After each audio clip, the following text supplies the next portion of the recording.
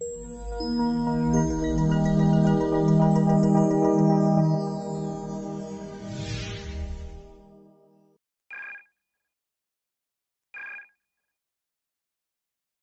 and welcome, everybody. Thank you for joining us for another Aptora monthly webinar. Today we're going to be talking about Aptora Mobile and Contractor Compass, and then I'll give you a reminder about Aptora University and a few things that are going on here at Aptora. And of course, as always, we welcome your questions. We really appreciate them. It's not like they're just welcome. I mean, we really want your questions because this is your time. I'll answer any questions you have. We can talk about anything you'd like. We don't have to limit it to just today's topic. We can diverse a little bit, get into Total Office Manager or whatever you would like. So please ask your questions. The way to ask questions is to either raise your electronic hand, and at the end, we can let you get on and use your microphone. You don't have to use your camera if you don't want to, or you can just chat your questions, and that would be fine. My engineers will read me the question, and then I'll answer it, and you can follow up as needed. All right, with that in mind, let's go ahead and log into Aptora Mobile and Total Office Manager, and let's get started. All right, let me share my screen with you. There we are. You should be seeing my Aptora mobile application. I'm going to get serious, get my glasses on so I don't miss anything. The first thing I wanted to do is talk about some of the settings in the app that some of you may not be aware of. Now, I'm in a browser because it's much easier to show my browser over the internet as opposed to having a tablet. But this is how a tablet would look if I were horizontal. And you know, I could size it something like this to make it look more like your phone. Might look like that in real life for you. But I'm going to go ahead and do full screen just because it makes it easier to broadcast, easier to see. When you first log into mobile, especially if you're new and you see all of this, it can be a bit overwhelming. So the first thing I want to do is point out that you can limit what you see on the home page. Assuming you have permission for all of this, you can have all of these things on the home page or take them off and get to them elsewhere. So let's talk about how to clean up the home page. We'll click the hamburger menu and we'll go to Display Settings. And here it's easy to miss this button, Customize Home, right there. But before I do that, let me explain these features that were added many years ago, but for a very certain reason. Hide the work order bill to address. Hide the invoice bill to address. Hide the customer's bill to address. Why would you do that? Well, it may be that the technicians don't need to know the bill to address. It's not that it's necessarily confidential, but they don't need to know it. So just get rid of it. Secondly, and the biggest reason is, every once in a while, somebody would drive to the bill to address. Easy to do. You're tired, long day, drive to the bill to address. Pretty angry when the bill to address was different than the work address. So that gives you the option of getting rid of those throughout the application, and that's why we do it. Limit search results. If you know what you're searching for, you typically don't need 95 things to be returned to you. You know, if you go to Amazon.com and you search for a pipe wrench, you're not going to see 95 pipe wrenches. You're probably going to see 10, and then you can hit next, next, next, or narrow down your search. So typically, it's better to narrow this down to, I don't know, 25, 35, something like that. And that will also return the results faster. So it'll be faster when you search for things if you limit those results. Let's click the Customize Home button. And we have a lot of yeses. That's why it's so busy. That's why the app really looks overwhelming. When you come in here, you might say to yourself, this person, she doesn't need a calendar. He doesn't need my sales opportunity because he doesn't manage sales opportunities and he doesn't need the follow-up. So we get rid of those. And the employee leads feature, I don't even know what that is. Turn it off. If you don't know what it is, turn it off for now. I want you to use it, but if you don't know what it is, turn it off. My appointments, well, he doesn't have appointments. He has work orders. He doesn't need reminders. Phone activity log, don't know what that is. Phone messages, no. Notifications, he doesn't get any. My timesheets, yeah, nah, come to think of it, get rid of that. Investment guide, yes. My special order parts, sure, we're going to start using that. My inventory, yeah, I want him to see that. My dashboard, no. Overdue notifications, no. Click save. Now, when you go back to the home page, all of a sudden the app just looks easier to use. Remember, you probably heard me say this before, there really isn't any secret that any of us know of to making simple software except to take away features, possibilities, settings, configurations, things like that. That's really the secret to making software easy to use. You just take things away from the user. And that's not a bad idea occasionally. So this gives you that opportunity. Take things away. It makes it easier to use. Take away elements that just clutter up the screen and your company doesn't care about. You can always get back to those later.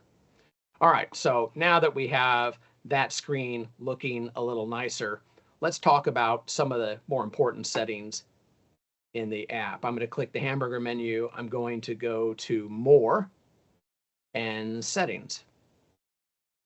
And the first thing that I want to point out is the various settings for your invoices, estimates, work orders that control the look of the emailed, printed, print previewed document. So let's go to work orders because that's very common. When this page opens, it will give us 3 different sets of options. The first thing is, what do you want your default style to be? The technician can always change that style if you allow it, but what do you want the default style to be? Flat rate presentation or time and material? Most companies flat rate, so it's flat rate presentation with or without the items. I'll go with flat rate presentation. You'll notice I have a copy report type to all users. That means if it's set to yes, that means when I click save, it's going to copy that setting to everybody. Under sections, I can rename what this is. It's a work order. Most of us are okay with that name. Some of us not. You can rename it if you'd like. You can put in different terms, different information in your footer. And again, when you hit save, you have the option of copying all of those things to every user. Others, there's a lot of options here. This controls a lot of little nuanced things about the work order. Again, when you see it in print preview or when you email it as a PDF, this controls a lot of little things, such as, do you want to include the footer? Or do you want to exclude an item line with a 0 amount? So if you have an item and the price is 0, do you want to show that item and show the price as 0? Or would you like to just hide it altogether? I think that is a neat feature because many of us, if we have a 0 amount item on there, we don't want them to see it. Maybe we put the item on there for job costing purposes, for inventory purposes, but we don't necessarily want to share that information. So we'll say yes to that. Do you want to exclude the item quantity? For many of us, we don't need the item quantity. We're usually selling one thing, like one flat rate task. There might be many flat rate tasks, but the quantity is always 1, or it's often 1, and we just don't care to show the quantity.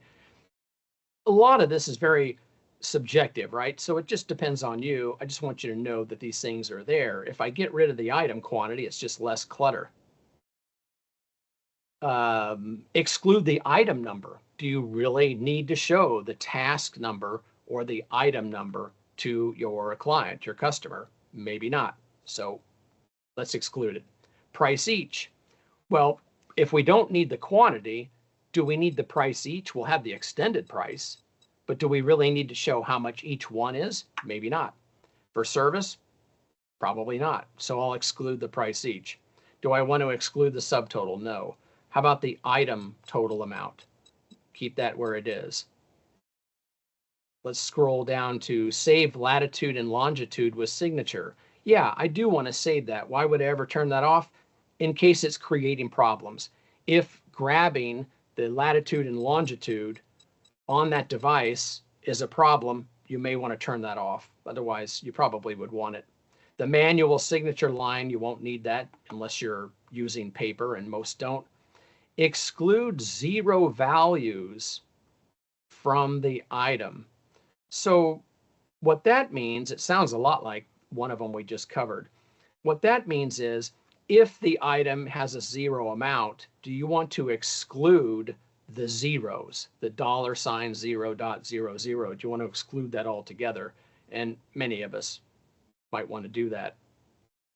Oh, this one. This is going to move. This was recently added, this feature here, and it's going to be moved over to the employees permissions page where it belongs. We should have put it there to begin with. Update work order start time from first timesheet entry on en route or working.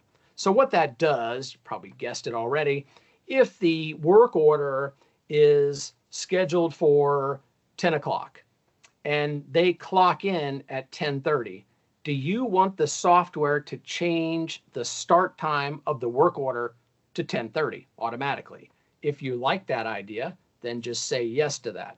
Now, remember, when you come back to this someday, it isn't going to be there.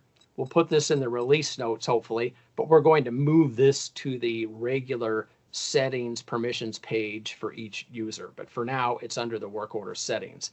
We also have an option to update the work order's end time to match when they punch out, clock out on that work order.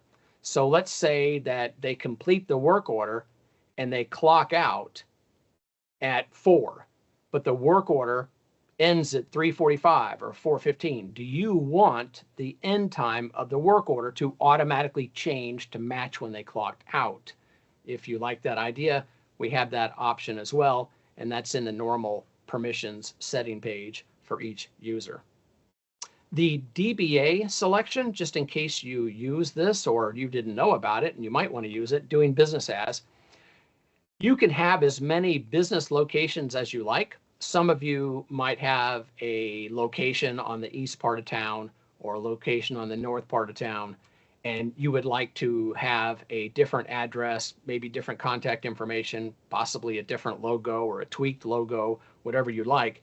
You can go into Total Office Manager and set up as many locations as you like, and then you can have default locations by user, and they can always switch back and forth. So if this person works out of the east location, then that feature is for you. You can turn it on and use it. I'm going to hit save, and that is that. I'm going to go back to the settings page. There's a lot of settings that we can talk about in here, but I don't want to spend too much time on these because many of you are not new to the program and you might be aware of these.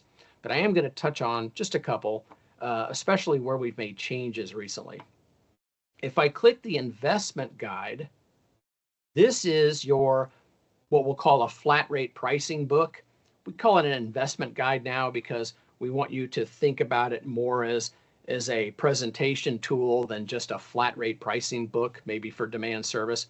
This is a book where you can also show your customers, your clients, equipment change out scenarios and things like that. So that's why we call it the investment guide. But here are the settings for that. And a lot of this just controls how it behaves when you click certain buttons and things like that.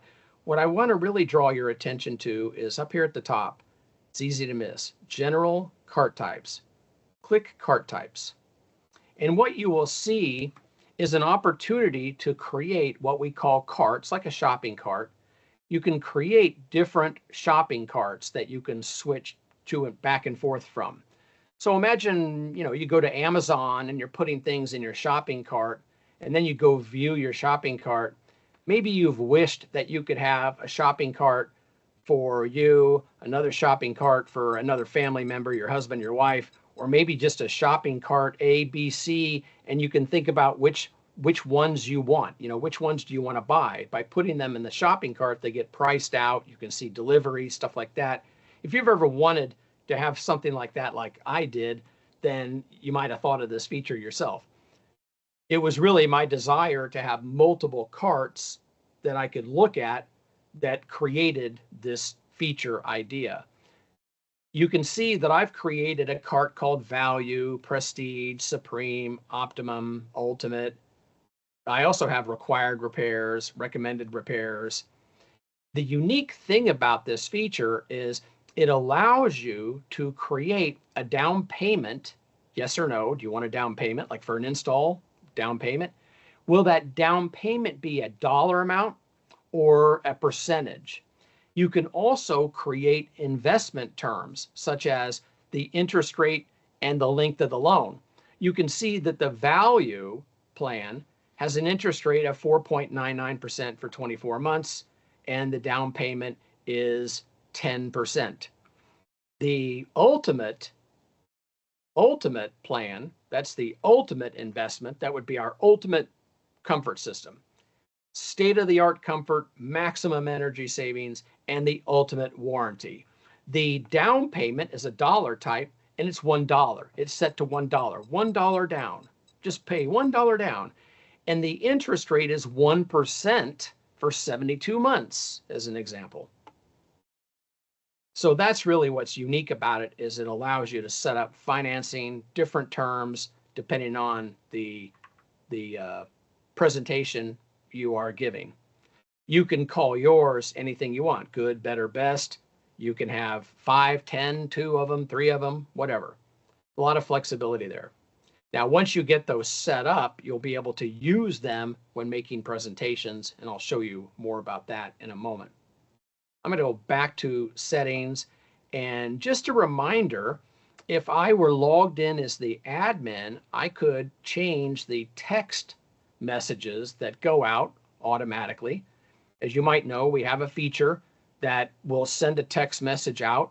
You decide when it's going to go out and what it says, but it'll send the text message out, for example, when you are en route. Send a text to the customer, so-and-so's en route. You can create your own message, merge information into that message so that it's very personal. You could have a text message go out when they've arrived, when the work order's been scheduled, a text message to go out when they're finished as a thank you, as a follow-up. You can have reminders go out the day before. You decide now, this is a new feature, you decide when and how often, and you can push them out whenever you feel like it by clicking a button. So now you can just click a button and send those out. You used to have to waiting for the system to send those out. You couldn't pick your own time, and you couldn't hit a button to make those go out whenever you wanted to. Now you can. So if you haven't seen that feature, please go check that out. Otherwise, I think I'll move on. There's a ton of settings in this program, but that's good enough for now. I'm going to go back to the home page. You'll notice I have a work order that's now past due, and I have my overdue work orders right there. You may not want that my overdue work orders. Why wouldn't you? Well, it may be that overdue notice is enough, and that you will never have more than one overdue work order because you set it up to only show one work order at a time. So it may not apply to you, and you may not want the clutter. I have that on there so I can see that I have an overdue work order. I will click on my work orders. And why do we call it my work orders? Well, it's probably obvious. It's your work orders, whoever you logged in as. I'm logged in as I forgot, Ashley Adams. Welcome, Ashley Adams. So I'm logged in as her. So these are only her work orders. Can she see other people's work orders? Maybe. It depends on what permissions you gave her. You certainly can, but you certainly can exclude her from being able to see anyone's work orders. You can also exclude her from seeing work orders that are of a given state, like it hasn't been scheduled or it's now completed, canceled. You have a lot of options there. I'm set up to show Ashley Adams one work order at a time, and when she completes that work order, I will give her her next work order automatically if it's already in the system. And I think I have her set up so that she can see the next work order, or the first work order rather, for the next day that she has a work order, which could be tomorrow, could be Monday, but she will be able to see her first work order for the next day that she has one. Here I am looking at that work order, double click to open it. She's only got one, so it's pretty easy. Now, it depends on how your company wants to do this. Even if you pay your technicians from, say, roughly 8 to 5, they clock in the morning, they clock out at night, and it doesn't matter how much time was billable or not. If you pay them for the entire day, I still would encourage you to use this feature where they would click en route when they're on their way. And when they arrive, they would click working. Now, you can actually hide the en route button. That is an option. If you hide it, then you can have them click working when they arrive. And they would click the stop button to clock out, not log out, clock out, enter a timesheet entry for being done when they're finished with a job, and they can start the process over on the next call. But I would prefer to have you use the en route button, even if the technicians are forgetting to click it occasionally. Maybe they forget to click it and they click it when they're there, and we now, lost that opportunity for that data. But I would prefer trying to get it and get in the habit of it, because knowing how much time your company spends driving to the job is very valuable information. So have them click en route. It'll ask them, are you sure? In case they hit it by accident. Yep, I'm sure. And now I've started the timesheet. Now in Total Office Manager, we've started that timesheet. In fact, let me just bring that over here. So here I am in Total Office Manager. I'm going to go to Employees, Timesheet, and I will switch over to Ashley. Click away from today, and you'll notice that 6 is red. And if I look, I'll see that she clocked in, and it says mobile timesheet, so I know how it happened. And I've got other information over there. All right, so that's what happened. When she clicked en route, it created a timesheet. It marked it as an en route timesheet, so I know it's en route. And when she arrives, she will click working. Are you sure? Yep. So what it did now is it put an end time on the en route timesheet entry, and it started a second timesheet entry with the start time being now. And when she's finished, then eventually we'll have an end time added when she hits that stop button. So she's working on the work order, and we'll go ahead and continue with that process. The first thing that the technician's going to do when they arrive doesn't depend on our software so much as it depends on your company's SOP, your standard operating procedure. So I would encourage you to be thinking about what your company would do regardless of whose software you owned. In particular, regardless of whether or not you use software or an app, your company writes SOP that talks about how and where they park, how they arrive at the door, how they greet themselves, how they conduct themselves, how they present the flat rate options or whatever options you have, etc. So with that in mind, I won't cover those things because, who cares what I think, right? Let's go to the General tab. We can see general information about the work order. Go to the Notes tab, and we can see the notes that the office put in. The detailed description is at the top, but don't forget, the main description is where you see, or pardon me, the main tab, so what I meant to say, is where you can see the brief description. Heat pump not working. That's usually enough. So we chose to move the detailed description over to the Notes tab long ago. That wasn't recent, so don't worry. It was long ago. But that's where you'll find it if you need that additional information. Private notes, there aren't any. Technician notes, he hasn't put any in yet. User-defined fields, equipment. This is where we would add or assign equipment. Items, I didn't let that load, did I? So there's the equipment. By the way, why is it in red? That's going to be like a trivia question for everybody. Why is that in red right now? I don't want to wait. I was going to wait until the end and then tell you, but I'm getting old and I'll probably forget to tell you. I won't remember, I won't remember what I said 30 minutes ago. So I will tell you why it's red. It is, do we have a question? Sandy said watch list. Ah, Sandy got it right.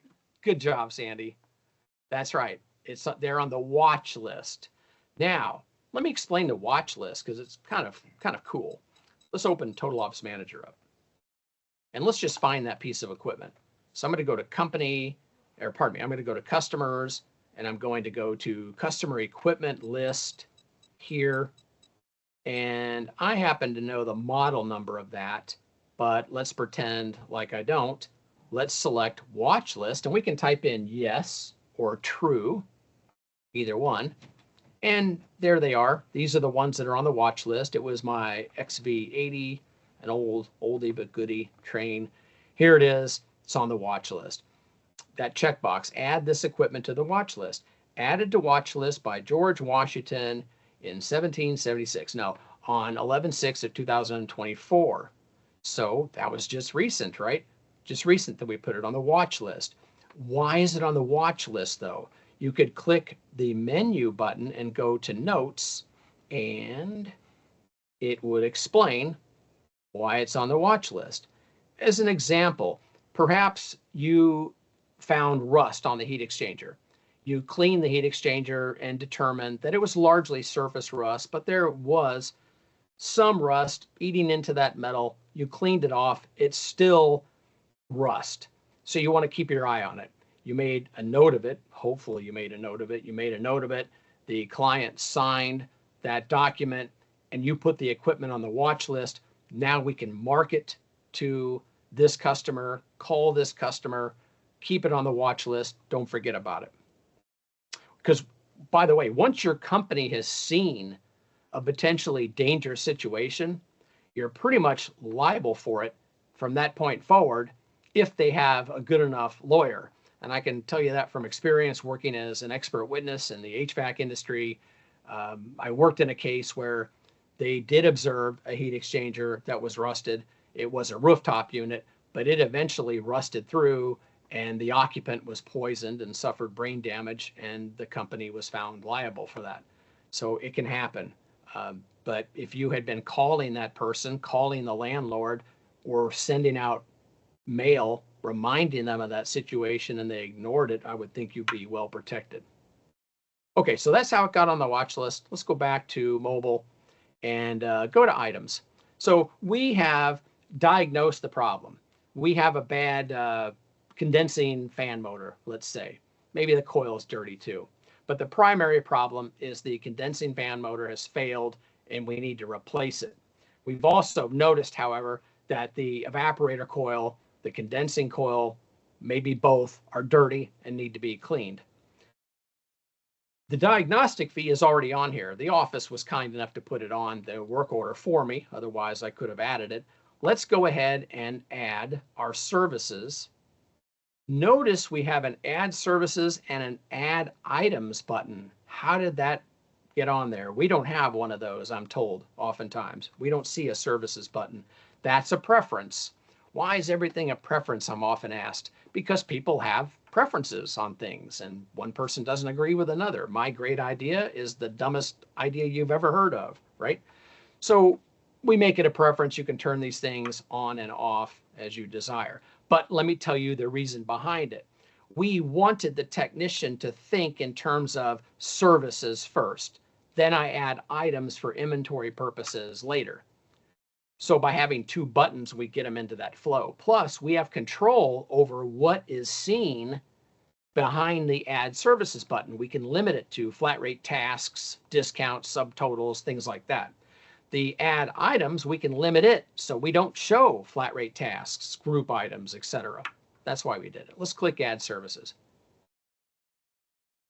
Now, one of the biggest complaints we get about mobile from technicians anyway is it's really hard to find things in the program. That is a very common complaint. And I share that with you because it's true. There's no reason to hide it. And we've tried to make it easier to find things, and we have some other things coming out soon that should make it a little easier. But it is actually really easy to find things in the program because it will search the entire item list.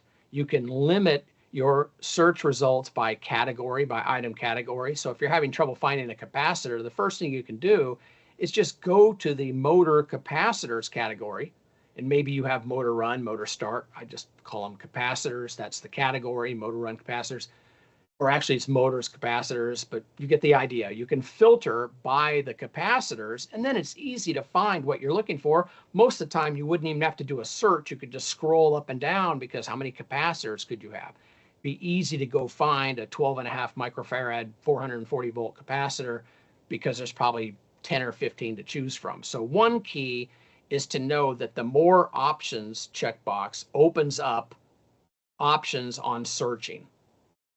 I'm going to talk about the barcode mode in a moment, but the first thing you can do is switch between different methods of search, such as like and contains. Now, this causes some frustration with technicians who aren't used to software that works like this. You know, a lot of techs, they use apps, but they're not searching lists in their app.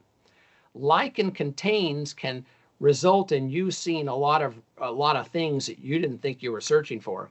If you search for FNA, then it will find anything that has FNA in it anywhere, at the beginning, the end, and in the middle. If you search for motor, then you're going to get anything that has the word motor in it, including whole equipment installations that mention a motor. Maybe they mention high efficiency motor.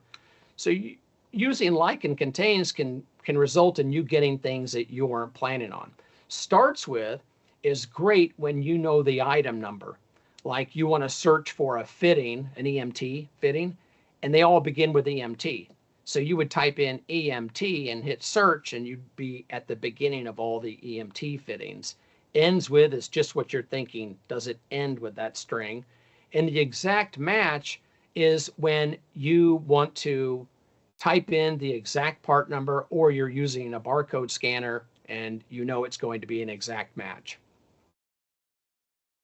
The barcode mode, briefly, because I'm going to show it to you in a moment, the barcode mode, when I turn it on, it understands that I'm scanning a barcode, and when the scan is done, it immediately conducts the search, and it automatically sets the search, regardless of where you have it, to exact. So that's what the barcode mode does. And I understand we have a question. Tony is asking, when you add services or items, I do not remember, but one of them shows all flat rate and material. It does not let you filter out flat rate / service items, add items. Scanning still. So Tony was talking about what they are seeing in their company when they hit that button, add services. He was experiencing something different from us, I think, or from what we were seeing here. Keep in mind, in settings, you control what can be seen under that button.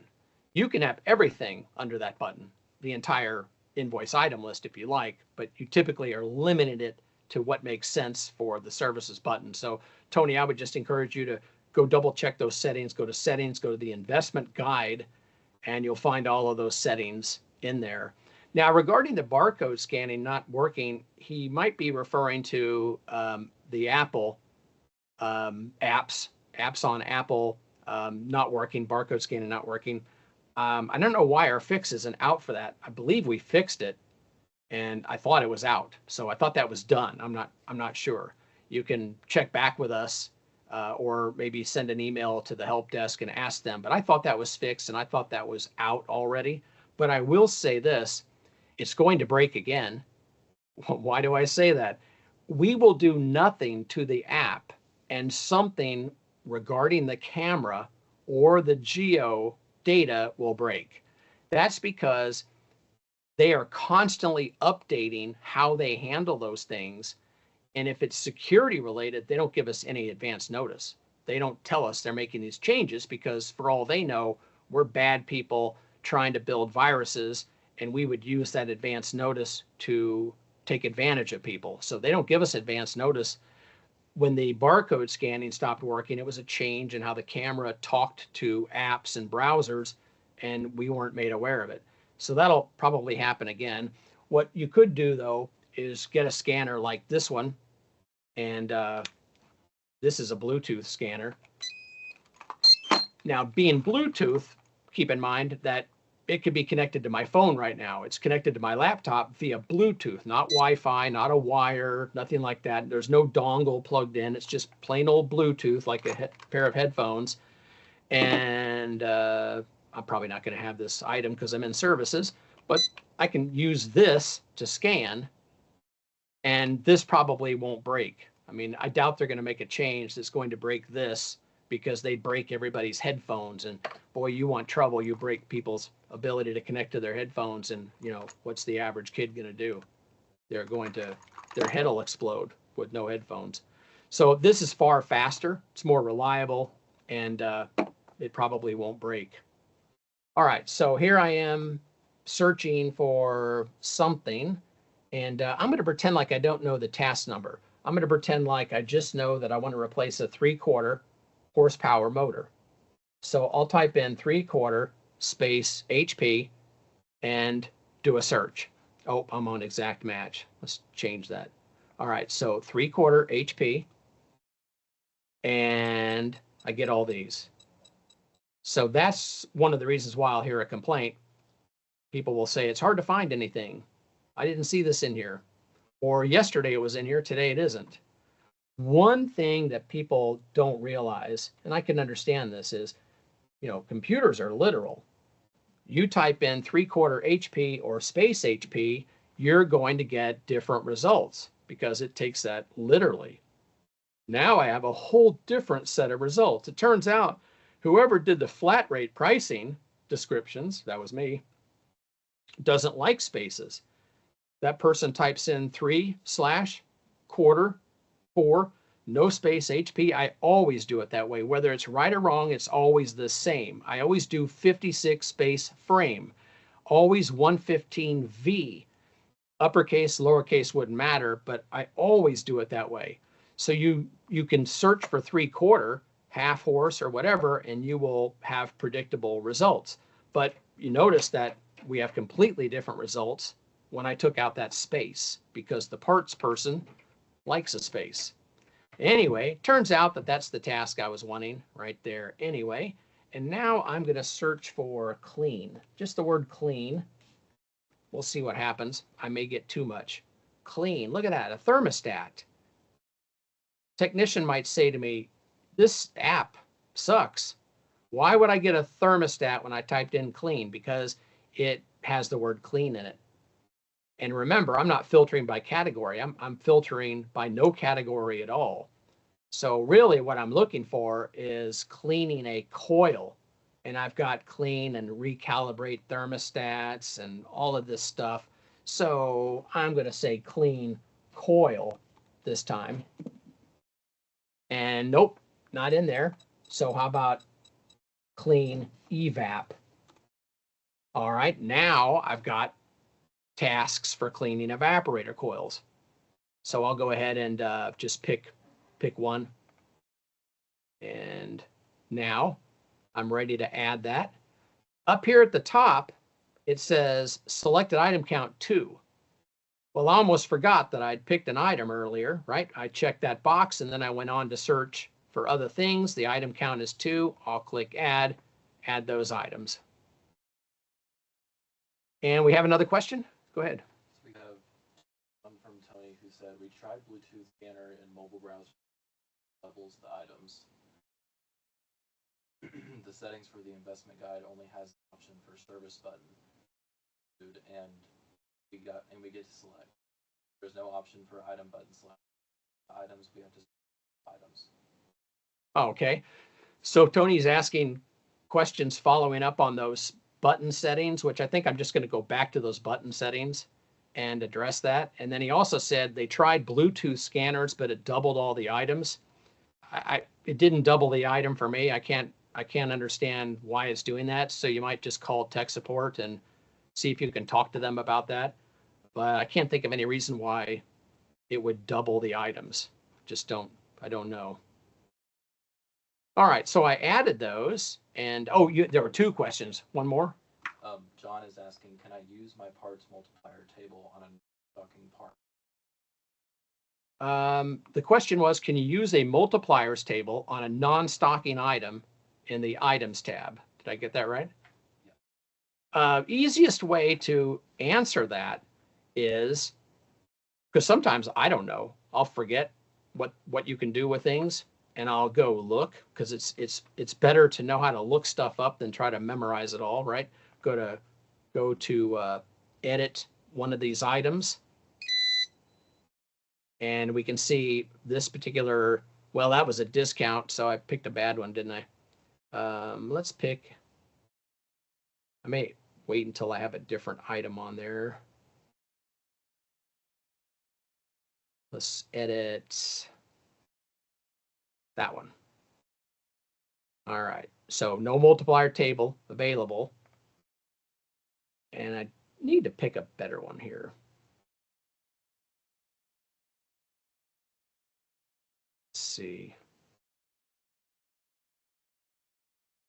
Now, I didn't put good items on there to answer that question, but on a non-stock item, if you have it set up as a non-inventory part, then I don't think the multiplier option is available in mobile.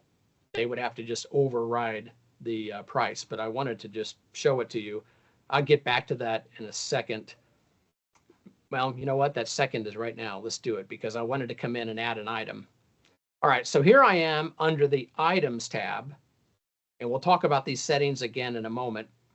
I'm going to search for this outlet right here. Now, I happen to know the part number, so that's cheating. I'm going to put it in barcode scanning mode and just scan the barcode. All right, so first tap woke it up, just woke up. All right, there it is. And then I'll click the add button. Notice the quantity is 1 right there. We'll click the add button. And it said 2 items added. Why is that? 2 items. Maybe that's his problem. It just added 2 of them. Well, let's see. Let's check it out. I know what it was, but I just wanted there to be suspense. So we have 2 outlets on there. Now, how did that happen? That's a good question.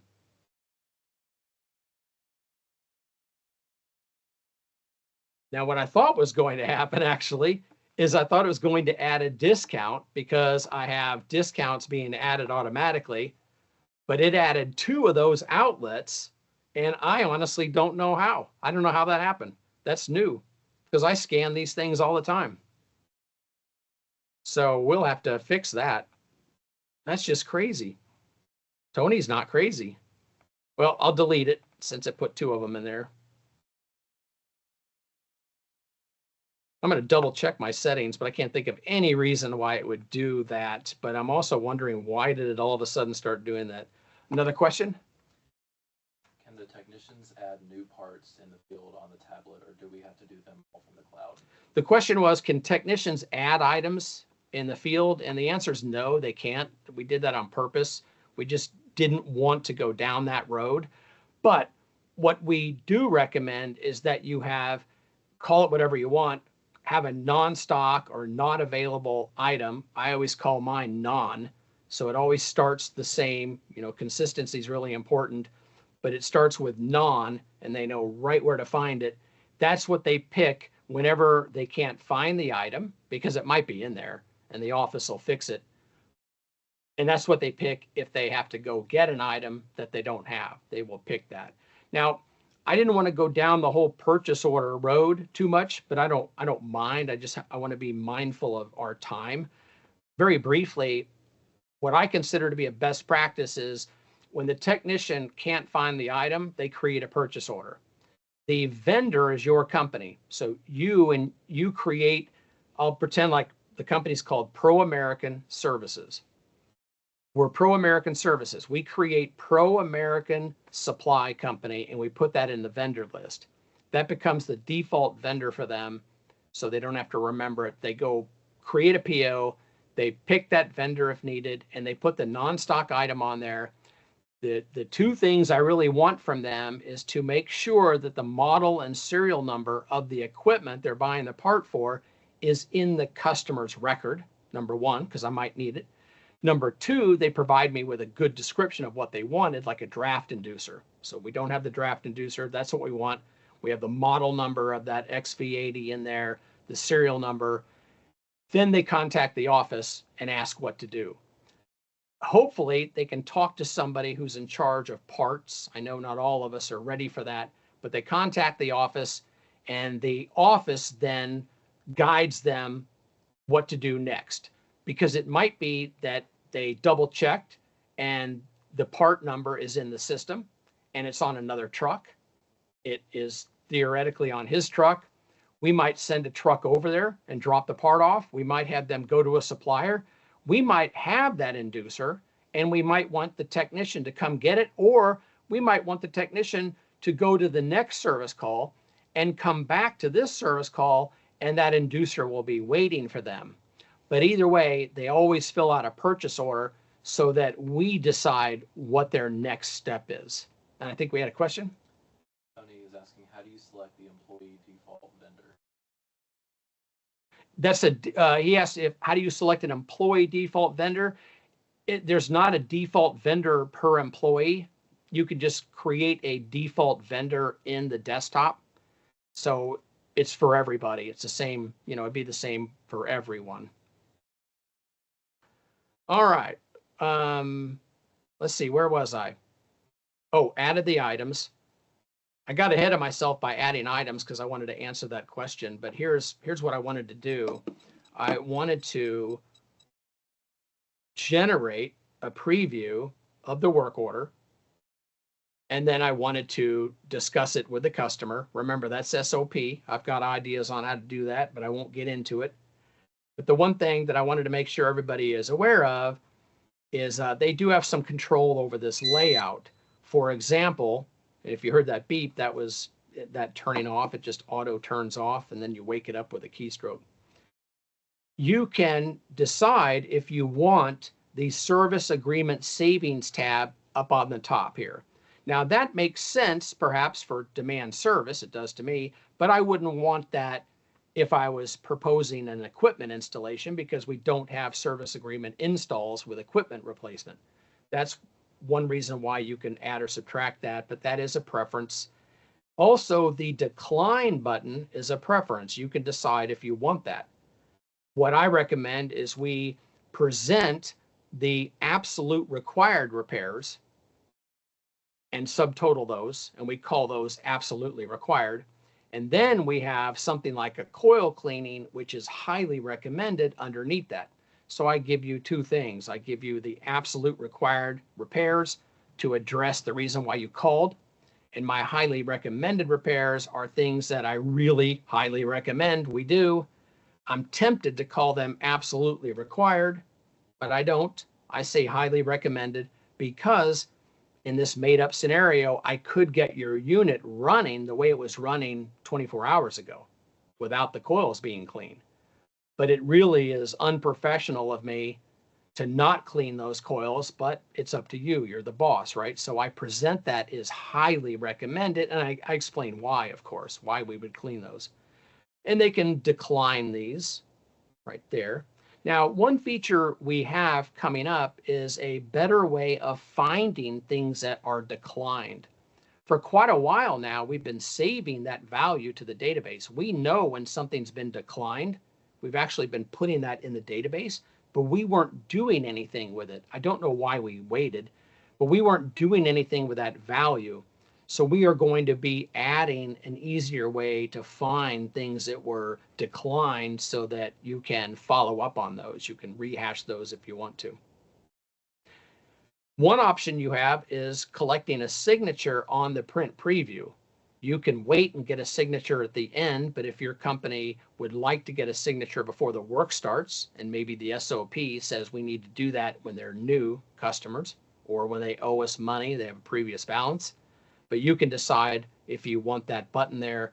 If you do, then they just have to click that button and they can capture a signature right there.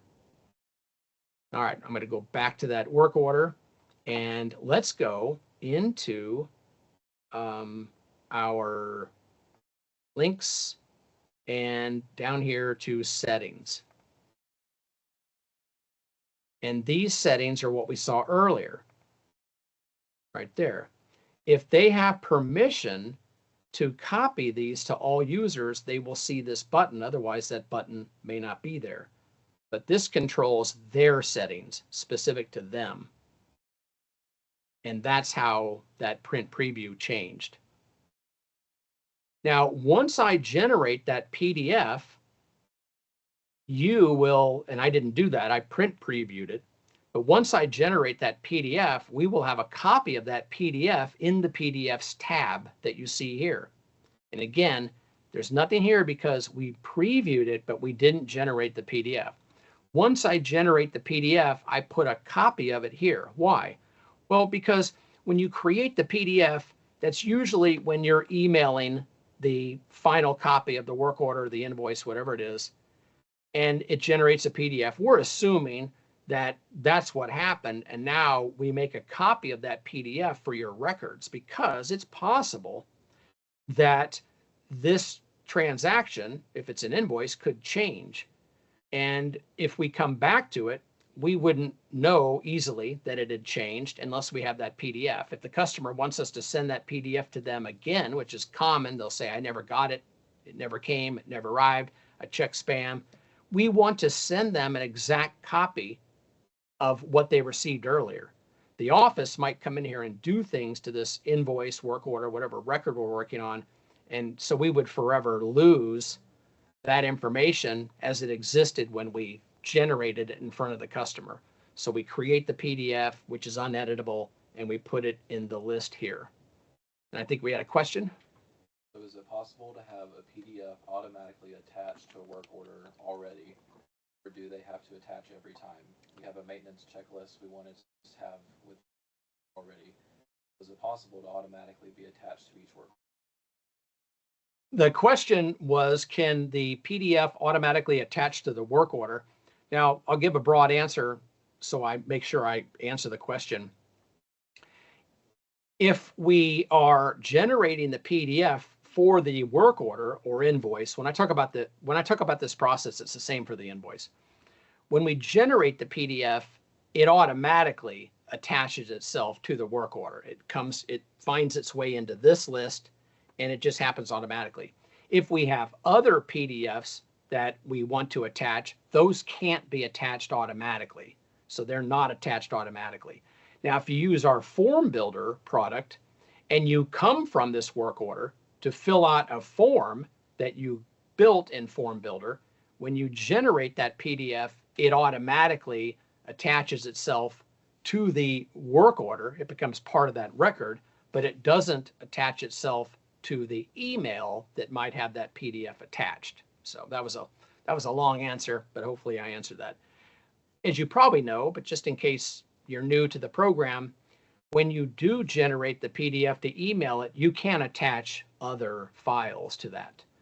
Be aware, though, that there are limitations on file sizes, and our app doesn't know that you've exceeded that limitation. So it would allow you to attach, say, 35 megabytes of pictures or other files, and you email it, and as far as it knows, the email was sent, because it doesn't have the ability to monitor that email and see if it bounced and came back. It would just be sent and you'd think everything was fine, but in fact, it bounced. What I recommend you do is blind copy your office on all email. So your office has a special folder, a special email address, special filters, whatever you'd like to set up, but blind copy everything that gets emailed to your office. And that way, if somebody were to call in and say, I never got it, then you would be able to resend it because you'd get a copy of it. You'd be able to resend it. If you're using an address, an email address that people can get to, then they would be able to see the email bounced. They'd be able to say, oh, well, when we sent it, it bounced because it was too big. It got rejected, something like that. Different carriers, different companies, different hosts, they all have, different thresholds on what email is too big, how much they'll accept. But 25 megabytes is about as much as I've seen. Otherwise, it's going to get rejected. And nowadays, 25 megabytes is, certainly 5 images, but 4 images in many cases. All right, so back to the work order. Let me show you. Oh, you know what I should have done? I'm going to go back to the work order. And I should have hit the stop button right there. But before I do that, let's create an invoice. I'll create an invoice. Are you sure? Do you want to mark the work orders complete?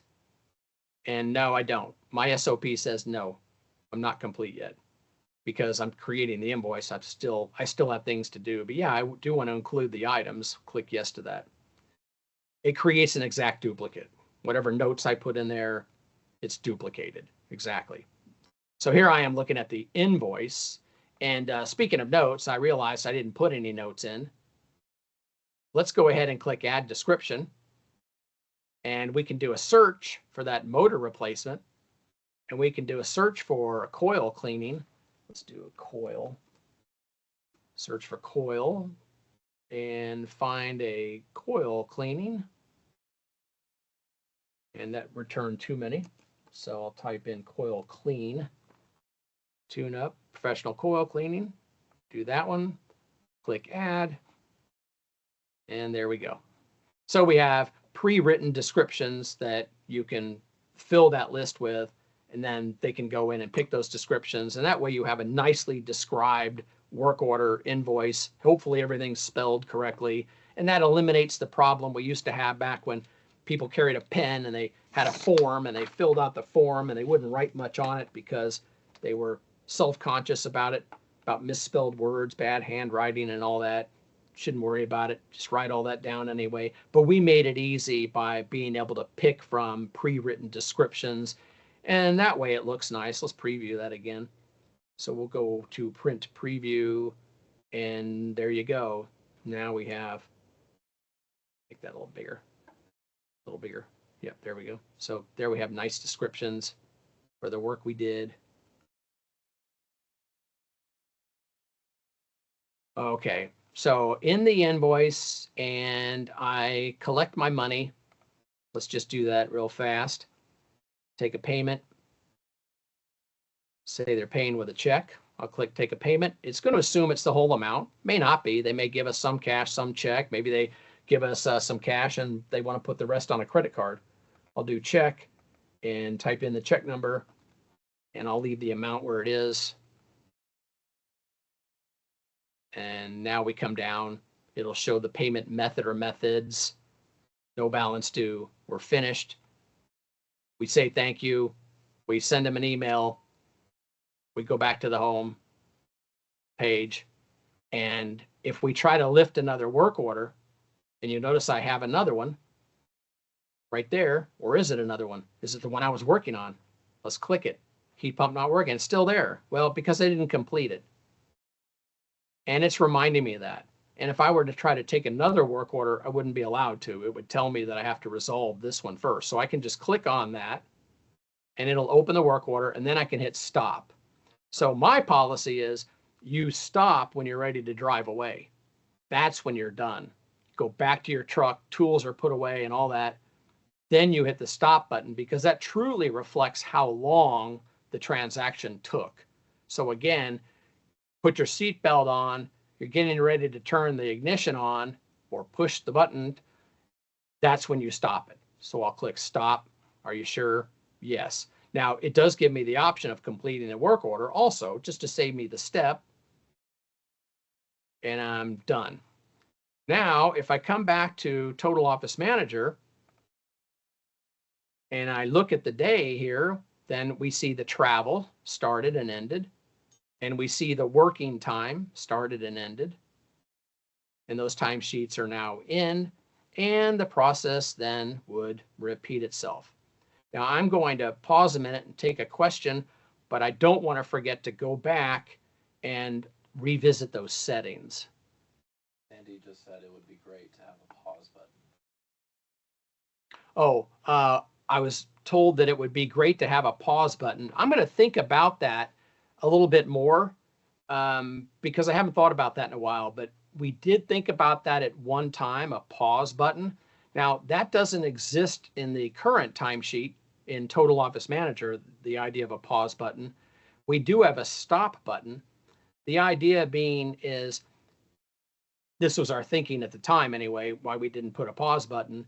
You're never really pausing the world. You know, you're either working or you're not. So let's say that you want to go to lunch, then you click stop and go to lunch. And then when you come back, you hit start. When you hit stop, in route and start are available. When you hit start, stop is available. So you stop when you go to lunch, if that's your policy, and you start when you get back from lunch. Or if you want to take a break, you've got a 15-minute break, then you stop. And then you start when you're done with your break. So that was the idea behind it. Now, what does that do? It's adding those timesheet entries, which may be something somebody doesn't like. You know, they may say, well, when we do that, that's fine, but we don't want those entries made. The reason why I want those entries made is, and remember, it doesn't matter if you're paying people for billable time, which then it takes care of itself, or you're just paying people for the whole day. The reason why I want that data is I know exactly how long things are taking. You know, take your break, go to lunch, do whatever you like, but I know exactly how long it took to do that particular work order. But I'll rethink it. It may be, you know, maybe something that might make sense rethinking it. Let's go back to those settings real quick. I'll go to more, I'll go to settings, and I'll go to investment guide. And down here, it says service button should include. And what you do is pick from this drop down, and you'll notice that we have all of the different item types, even sales tax items, serialized service, service agreement, other charge. So that's how they get there. If you're not able to put something on there, I would talk to support. I mean, revisit this and see if you can add something, and maybe you're adding it and it's not showing up. I don't know. So I'm not sure what the issue is, but that is where you decide what is under this services button. And that's where you decide if you even want to see the services button.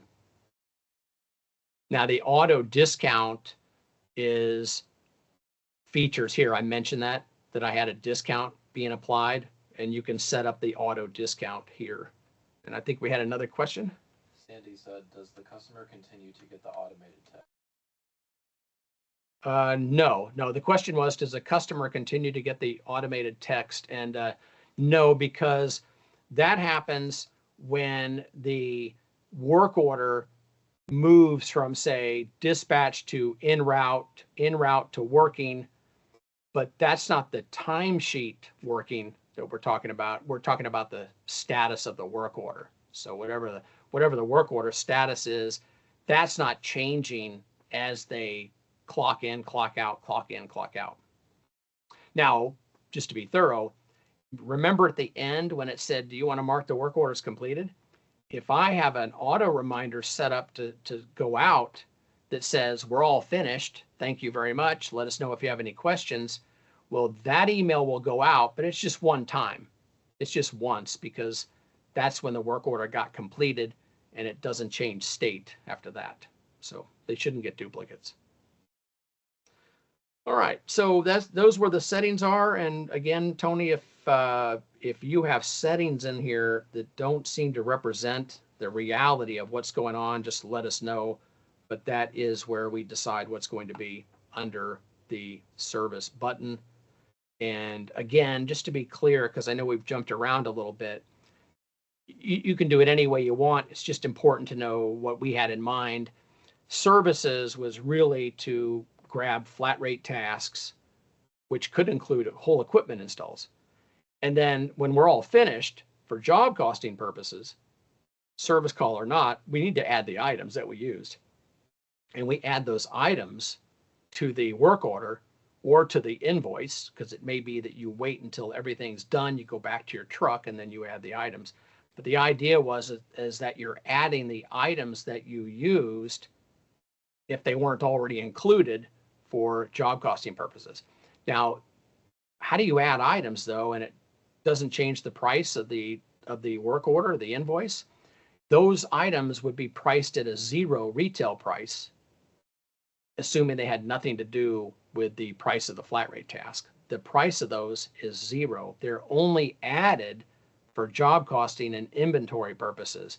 Remember, there's a setting that says if the retail price is zero, don't show it. Don't show that line item. The user will see it, we will see it, but when we go to print it or email it, it won't be on there. I think we had another question. We have two. The first one is when the service tech does stop, doesn't it complete automatically? I think the question is when they hit the stop button. Did I get this right? When they hit the stop button, does it complete it automatically? Yep. No, it offers to. That pop-up that we saw earlier, and it was pretty quick, so who would have noticed, but there was a checkbox at the bottom that said, do you want to complete the work order also? And that would have given you the opportunity to complete the work order when you hit the stop button. So that's an option. And there was a second question? Yeah, Tony is asking, what about the item tab? No option to select. Nice to only see menus or discounts in items tab. Oh, okay. And that may have been what he said earlier. Sorry, I'll repeat the question. So Tony said the items tab, he wants to limit what is seen in the items tab. And that may have been what he meant earlier, and I may have got it wrong. Who knows? But if that's a question, I'll turn it into a question. You can't limit what's under the item tab currently, because the idea is that you are opening up the entire invoice items list. You're searching the entire list, and so we don't limit what is in there, but that is certainly something that could be done. That's a possibility, to limit what's in there. But just so you know, the logic behind it was the items tab shows everything, because you're in there looking for all the things that you used and you're adding them to the work order of the invoice. All right, I'm going to go back home and let's go find an estimate so I can show you some things that we're working on. If I have permission, remember, the average person may not need to go see estimates. I can come into the estimates list and I can look for the estimate. And did I get lucky and it's just sitting there? Yeah, so I'll open it. All right, so here I am looking at the estimate. I'll go to items, and I have three things in here. I have a condensing unit fan motor replacement, and I have the ultimate train system and ultimate train system number 2, we'll call it. And I want to propose these. I want you to think about the repair, but I also want you to think about replacing the heating system and replacing the cooling system. This could be a good, better, best. It could be 3 separate systems. It could be 3 different repairs. It doesn't really matter. Let's go to preview. And we've seen this setup before, where you have your decline buttons and you could go, well, here's a good example of where you wouldn't want quantity, price each. Just doesn't make sense to have that. So if you get rid of that, it looks way better. But this is the traditional look here. You have 3 options that you can discuss, and they can hit the decline button, decline one of those. Let's go to settings for the estimate. And first thing I'm going to do is say exclude the item quantity and the price each, and the item number, don't need it either. But also, I wanted to turn your attention to this feature down here, good, better, best display style. If you turn that on, then we are going to give you a good, better, best. We didn't know what else to call it. Everybody says good, better, best. That's not really in my terminology, because I don't really like good, better, best terms, and I don't necessarily want to always offer just 3. It might be 2, it might be 5. But anyway, I think we're just going to stick with the good, better, best, because everybody knows what that means. So for now, it's good, better, best display style, and I'll turn that one on too, and I'll hit save. Now I will go back to that estimate and do another preview. And then you can see how that style looks. So here we have the motor replacement. Be nice to have an image of a motor and a capacitor on there, wouldn't it? How do I do that? You go into Total Office Manager, just add that image. I'll show you that in a second. But here we might have the good, the better, the best, and the main image is showing up. And then they decide. They might say, well, I'm going to decline the repair, and I'm going to decline the new furnace, and go ahead and replace the condensing unit. I'll take it. Or, yeah, I'll do both. So they just pick and choose. You'll notice the total down here is changing. They decide what they want. And heck, I'm just going to go with the repair. Just fix it and get out of here. And then you can rehash it. You can say, that's fine. That's fine. We'll go ahead and do the repair. And then you have 30 days. You can get a total refund on today's work within 30 days if you decide to replace the equipment. But that's what we're working on. We're tweaking the preferences to handle this and the look and so forth of it. But that's what we're working on. Now this exists now. So you can see this. If you go to the estimate, only the estimate has this currently. But if you go to estimates and you're updated, if you update and go to estimates, you should see that option and you can start playing around with it. Give us your feedback if you want. But some of the features that are coming are just tweaking the looks of it a little bit and adding a few more preferences on what to show, what not to show. Like, do you want the task number down here? Yes or no? A few little things that we've gotten some feedback on. I've been working with my coaching clients to build this out. And, so far it's meeting our expectations, but during our coaching calls, we're talking about little tweaks here and there that I think will improve it even further. Now, again, you can have 6 of them on here. You could have 5 of them on here. You can have as many as you want. You're not limited to just those 3. Now, once we're at a point where we feel like it's pretty good, it's stable, and when I meet with coaching clients, we're all happy with it. We're using it in the field. It's working. We don't have any major problems. Then we will copy the feature to the work order. And that's why it's not in there currently, is we just didn't want to put it in the work orders until we were ready for it. So now it's in the estimates, and it's just really a trial feature, if you will, for now. It's fully functional. It works, but you can just think of it as an experiment, ongoing process right now. We're tweaking it. Let's talk about how it got to look the way it looks. If I come into Total Office Manager, let's get rid of this stuff here. I'll do close all. Now let's go to lists, go to invoice items, and type in ultimate, or part of the word ultimate.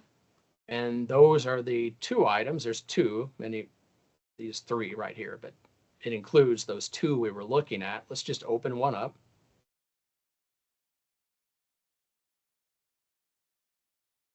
Right there.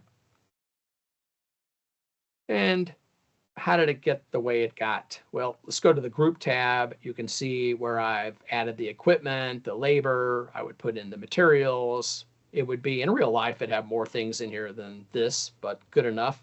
Click menu, go down to image, and bring that over. There's the main image, or no, there's the main image right there. And there's another image, another image. You'll notice that I have multiple images, but I mentioned the main image. You would set the primary image by checking the box here.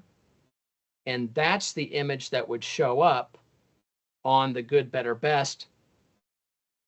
And that's how it got there. If you're using the investment guide, that's the default image that shows, but you get to pick the other images in the investment guide. In the good, better, best, the way it currently works, there's just one image. Of course, you can show them other images using other parts of the app, but there's one image and we'll use the primary image. So this is where you pick those. You can have up to 10 images, pick one as a primary. The other thing to note on these group items is that what you type up here in its present state, the way it works currently, what you type up here will be bold, and what you enter under notes, bring that over, what you put in as far as the notes are concerned, that won't be bold. So the bold is the main description here, a couple of line returns, blank space, and then you will see this information, which can be bullet points, paragraphs, whatever you like. That's where the rest of the information is coming from. It's coming from the notes inside each group item. And question? Sandy said, not on the estimate, when a recommended repair is declined on a work order, right, if the customer see that when they receive their copy. So the question or comment was, when a customer declines a repair, it'd be nice for the customer to be able to see it when they receive their copy. And what I thought was happening is they did, because when you decline it, it sets the quantity to 0, and it is included in the email that they receive. So let's just check that here real quick.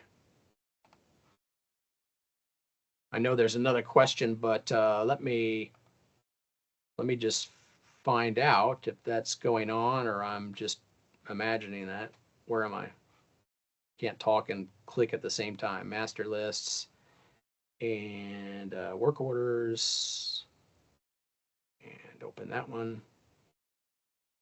All right, now it's completed.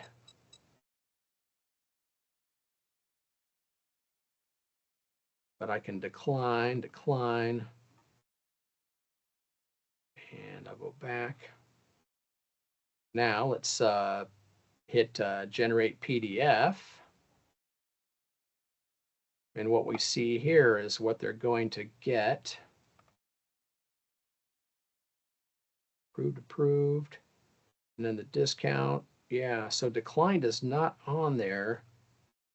I would agree that ought to be a setting. We should have a preference that would include those, and it would say declined. And it may be that we have to have the amount at 0 to do it fairly quickly, and then we can add the amount later or present it in some way that people aren't confused. But I do think that should be a preference for sure. So I'm going to make a note of that. I'm writing down the barcode bug, but also the pref to see declined. I'm actually surprised that I didn't add that before. That's why I wanted to go check it, because I'm surprised it wasn't a setting.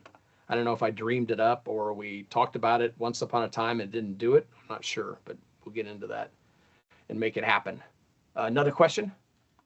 Madison said, can you take a payment in mobile customer if you do not have a work order assigned to you? For example, an outstanding balance that needs collected. So the question was, can you take a payment from a customer when you don't have a work order assigned to you? Just to be real clear, you can't take a payment on a work order. You would have to have an invoice. You can convert the work order to an invoice. You can even open up an invoice, but you can't take a payment without having an invoice. You don't have the ability to just take money without applying it to anything. You can't do that.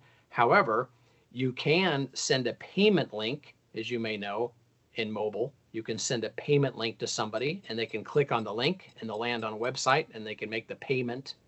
So that's one option you have. There's also the customer portal where they could go and they could find that invoice and make a payment, but they always have to make a payment on an invoice. You currently can't take a payment without an invoice.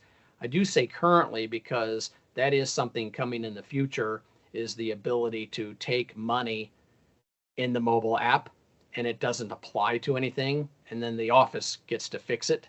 So that will be a possibility in the future. I think there was another question. Barry said, can you use fillable documents in the app? Can you use fillable documents in the app was the question. And the answer is yes. The product that you want to really take a look at is the form builder. So we call that the Aptora Mobile Form Builder. That allows you to build your own screens in the app. You can build data input screens in your app, fill them out, checklists, etc. And then you have the option of presenting that data. When you save that data, by the way, it's in the database, but you have the option of presenting that data in a PDF. So let's say that your company has this PDF that you fill out when you do a precision tune-up, fill it out by hand. Would you like to take that entire form and make it a screen in the app where you pick the customer and you check a box and you fill out volts and amps and you pick from a list of clean, dirty, you put in air filter sizes, etc.? If you would like to build a screen in the app where you fill all that information out, you can do that. If you use the form builder, it is like no code programming. We built that back before no code was even a thing. At least none of us here had ever heard of it. But it allows you to drag and drop fields onto a canvas, reorder them, give them input rules, masking, etc. Hit a button to save it, give people permission to see it, and then in the app they can go pick a precision tune-up. They could pick a post-installation quality checklist, a pre-installation form gathering tool. And again, as an option, that data, not only is it on a screen when you're looking at it, you can bring up the data and you're staring at it, but it can be outputted to a PDF. So it looks like the PDF that you're used to. Hopefully that answers your question. I've built a bunch of those. There's a lot of videos on it. There's training videos on how to use the product. Some of you have probably seen my totally nerdy precision tune-up checklist where you fill out all this data. It shows the refrigeration cycle when you're finished of a heat pump, of a standard air conditioning system. It has all the pressures, temperatures, enthalpy, delta T. It measures efficiency, capacity. It presents all of it. It's really cool. It's really nerdy, but that just gives you an idea of what you can build. I've also built less attractive forms for collecting information before the installation, injury reports, vehicle inspection, checklists, you name it. I mean, you can build a lot of stuff. So check out Aptora Mobile Form Builder, and you can even buy some pre-made templates on our website. So talk to your account manager about that. If all that's new to you, just contact your account manager and ask them to tell you about Form Builder. I think we had another question. Tony said, I changed the preferred vendor in Tom under invoice items update and does not seem to default in purchase orders. The question or comment was that he updated the preferred vendor and it doesn't seem to matter in mobile. And I believe that's the case by design. I think I suggested that it might earlier and I shouldn't have. I'm glad that came up though, because on my little to-do list here, I wrote myself a reminder to talk about just what I'm going to talk about here. In the preferences form, run out of space. Let's get rid of the toolbar. In the preferences form, anything that you see blue, anytime it's blue, then that preference or setting is also shared by the mobile app. And I think what Tony will find out is it's not blue, so the mobile app is not affected by it. When you see blue, I'll find some blue for you, then that's when you know. Like when you set the default bill to address, work address, line 1, attention, or you check these boxes, if they're blue, then that is a shared preference in mobile. If it's a company preference, then in mobile, it's a company preference. If it's a My Preferences, then it would be shared in mobile only if you logged into the app using the same credentials as I'm logged in as now. So in other words, there's no such thing as global My Preferences. My preferences are specific to the user login, but company preferences, they apply to everyone. So if it's in blue, it's mobile, and I don't think the vendor selection, the default vendor selection, is applicable to the app. So glad you brought that up. Now I can cross off the blue labels from my list. All right, back to the app. Any other questions? Got those answered? All right.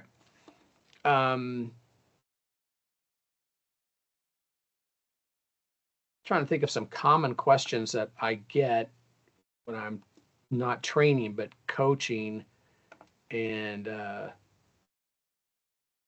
I think we're pretty good on that. One thing I want to talk about is the inventory, because this does come up on a regular basis. If you click the inventory button here, what you're going to see is inventory on hand.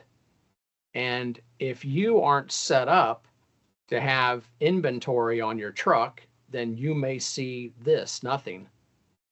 But what this feature is designed to do is show you what is on your vehicle. If you go to the master lists, you will find another one, inventory on hand, and this gives you the opportunity to pick from various vehicles to see what they have on hand.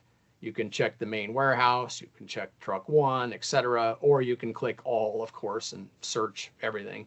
But what that shows you is the quantity on hand in that particular vehicle. Now, one feature that's coming, by the way, because this came up recently, is clicking all. Not many people do that. That's probably why it hasn't been mentioned. You can see the quantity in all locations, but you can't really see what the what is in a certain warehouse, and you can't see reorder points. So we're adding some more options to the all list to give you more information if you need it. And I think there was a question. Andy said, would love for the purchase order to automatically pull over the model/serial number selected when creating from a work.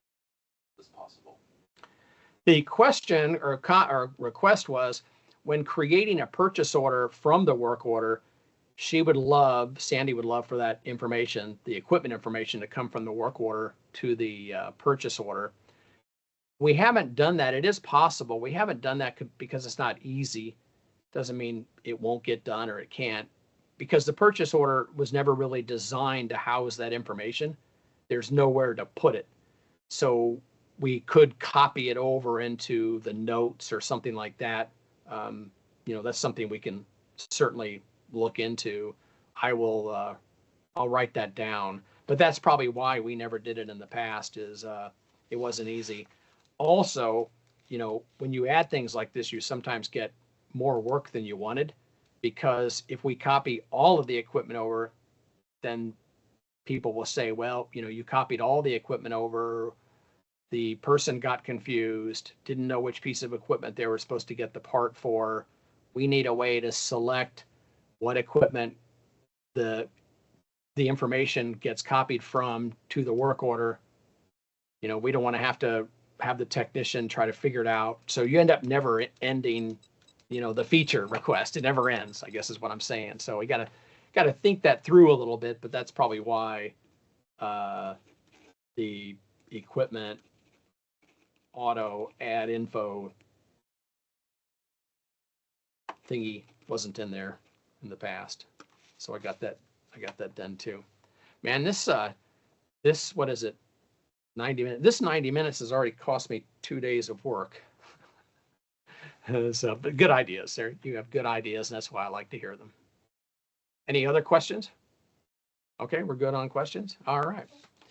Hey, one just came up. Sandy said, how to make when adding items in mobile that it pulls it from the truck's inventory. Right now, ours keeps saying, I thought I fixed it, but it. Okay, so the question was, how do we pull from inventory when items are added to a work order in mobile? Just so we're all clear, she probably knows this, but I want to make sure I give a clear answer. Technically, nothing gets relieved from inventory when you add it to a work order. when you create the invoice, that's when inventory is relieved. That's when you relieve inventory. So inventory parts, serialized items on a work order, any item on a work order has no effect on your accounting. Inventory parts, that's the type of item, inventory part, and the serialized relieve inventory when you make them part of an invoice, a financial transaction. Okay, so answer the question, how do we get those to relieve from that particular vehicle? Assuming that they're inventory parts or serialized, then this is all doable. The key is that each technician needs to have their own parts warehouse. And here's how we would do it. Let's go into preferences, go to items, company preferences, and be sure that you have turned on the use inventory by employee feature, which is blue. And what that does then is it allows you to create a warehouse, and that's what they're always called, a warehouse for this context. That allows you to create a warehouse called truck 1, truck 2, truck 3. You would do that by going to company, lists, warehouse list. You can right click, do a new one, just so we can see it. Give it a name. Tell the software what it is. Is this really a warehouse, storefront, vehicle? And then assign it to that employee. So that's the important part, is call it a vehicle, assign it to the employee. You can fill out the other information if you want to, but really the first 3 things are what's important. Give it a name such as the vehicle number. And if the vehicle number doesn't help you enough, like you need the name of the person, feel free to put their name on there. You can change it later. It won't hurt anything. So it could be 101 James, truck 101 James. Be sure to identify it as a vehicle and assign it to that employee. You can always change that employee if you would like to, change the employee. And go one step further after that. Go to Company, Asset Manager, and add the vehicle. If you don't have it in there already, add the vehicle. Just put in the bare minimum info. Come back to it later if you'd like. Add the vehicle and then associate the warehouse with the vehicle. So I will assign the warehouse here by picking it. It kind of looks like a vehicle list, but keep in mind, those are the warehouses that we have inventory in. And you would go pick that warehouse, and now the software understands that this is a place where we keep items. It has everything to do with this one tech named whatever, and it has everything to do with this one truck called whatever. Those pieces of information get merged together and become more valuable. Another question? We have 3 new ones. So first one says, what email platforms are going to be needed in order to use the feature to send tech on the way or confirmation emails? I was told by Aptora that we are not able to use our Gmail SMTP. So the question was, what email systems are supported sending the email reminders? And I'll cover the text real quick. If you want to send text reminders and you don't know about that and you're thinking about asking, just contact your account manager and we'll tell you all about how to do it. There's a help topic on it, but we set you up with a cell phone number and you send out texts and we'll take care of that. Back to the email. The question was, what email systems can we use? And the comment was added to that. We can't use our SMTP system. SMTP is pretty much all but gone right now. It's considered a security risk. So it's getting harder and harder to set up SMTP, but it's my understanding Microsoft extended the life of that for a little bit longer. So you should be able to still use that. But the answer would have been, assuming they've extended it, and that's the last I heard, they've extended it, you could use your Outlook credentials. And I believe that you can still use your Gmail credentials, but you have to go into the settings deep and click on a few things that are covered in a help topic. I've said help topic a couple times. If you go to aptora.com and go into the help area, you can search the word email and you'll find information about how to set that up. but big changes are coming to our settings so that we can comply moving forward.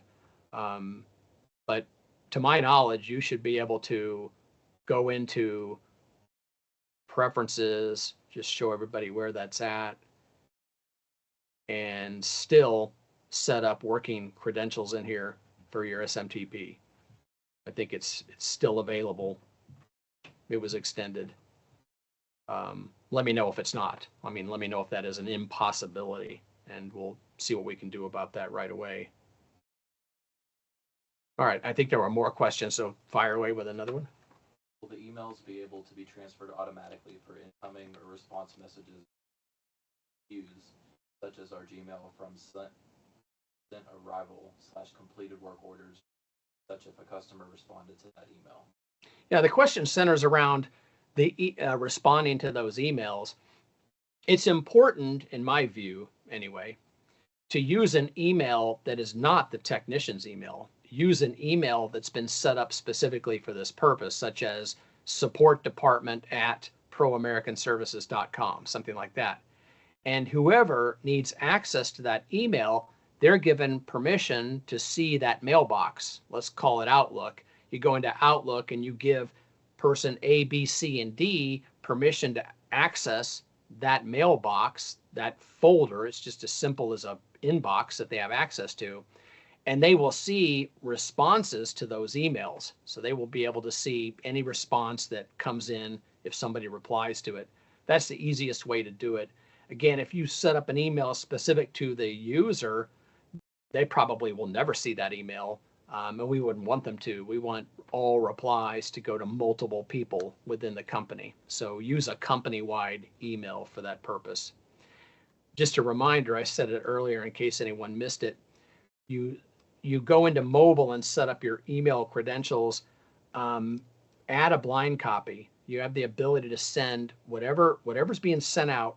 You have the ability to also send it to another email address, or even multiple, because you can just add multiple emails with semicolons. But the blind copy is really handy to receive those emails back in the office. So send out a blind copy. That way, when I send something from the support department at proamericanservices.com, I can blind copy whatever was sent. It may seem weird to blind copy the same email address, but that email is going to the customer, and people may not have access to that. They may have no way of seeing what was actually sent. So the blind copy gives you the ability to see a copy of everything that got sent from the system. Other question? Do you guys schedule any in-person or sessions for full tutorials of the system for using this? Yeah, the question was, do we offer any kind of in-person, on-site instructions, training for the software? I'll cover all that real quick. We have, hang on a minute, I'm leaving camera. First thing is, we do something that's just crazy. I mean, nobody makes user manuals anymore, right? So here's a 700-page user manual. And in the back of it, there's an FAQ, frequently asked questions, and there's like 190 of them.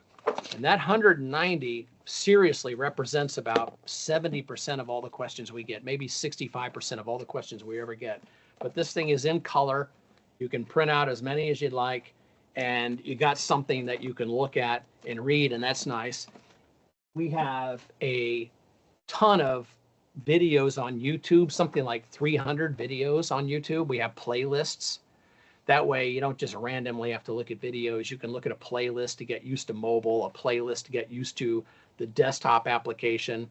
We have tons of help topics. So for example, let's say that you are trying to set up a customer.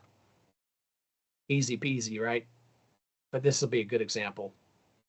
Here you are looking at a customer. Take your finger and push F1 on your keyboard, and you will be taken to that place I keep talking about, aptora.com/help. It's the same as if you went to resources support. And pushing that F1, it knows what form you were in, and it takes you to the help topic on filling out that form. It explains every bit of the form. You'll notice that each tab is explained, and then it explains every button, every form field, every label. So we don't assume that you know what save and close means. We don't assume you know what cancel means. We don't assume anything. We define every single button, every label, every control. And then down at the bottom, we almost always have your next step, the next thing to learn about. Maybe it's customer equipment. So come into customer equipment, you can start reading about customer equipment, what it all means, how to get there, what the feature watch list means. So there's that watch list we talked about. That's what that is.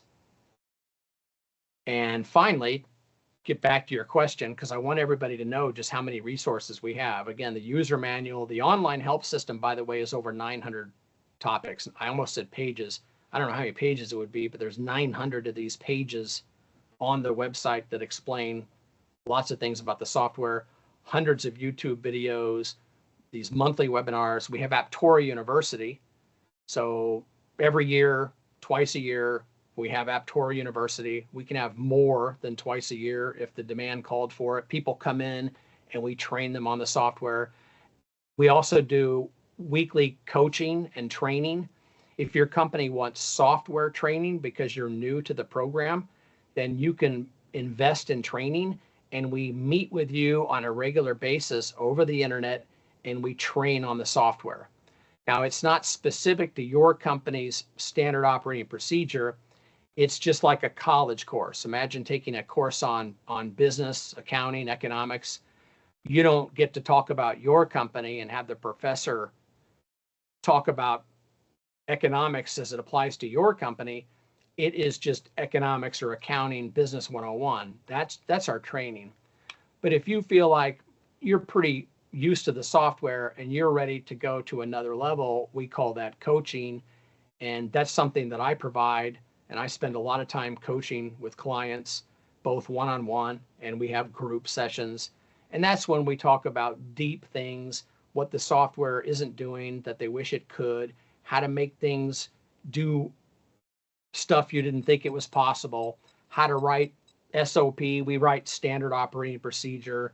Give you an example of one real quick here.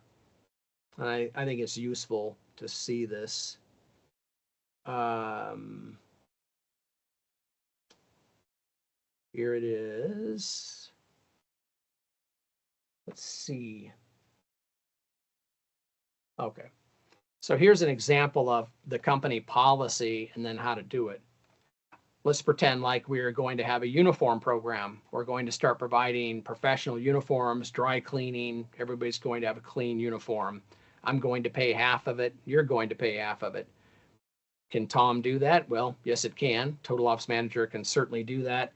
How do we set it up? So we would talk about what are companies doing, what's customary, what are some options, and then we would write up exactly how to do it and the company's SOP. So that's an example of SOP, standard operating procedure. We might also have the need for per diem pay. Maybe technicians travel and we want to pay them for it. So in coaching, again, coaching is at another level than training. In coaching, we talk about how your company might do it, how other companies do it. We design something, we tweak the software if needed. But ultimately, what we end up with is an SOP for handling not only the uniform, but the per diem. And here is an example of that. Where are you, per diem? Oh, there you are. Should have put on my glasses. I need these things more and more. Full screen. There we go. So here's per diem. How we do it, how to set it up, how it works, policies, when things have to go in. So those are specific to companies. You know, that's where we go beyond training on the software. It's more like a mix of software and standard operating procedure. Another example of SOP is this. So I think this helps make it clear. I wrote standard operating procedure, which goes into your company's operations manual on brewing a cup of coffee.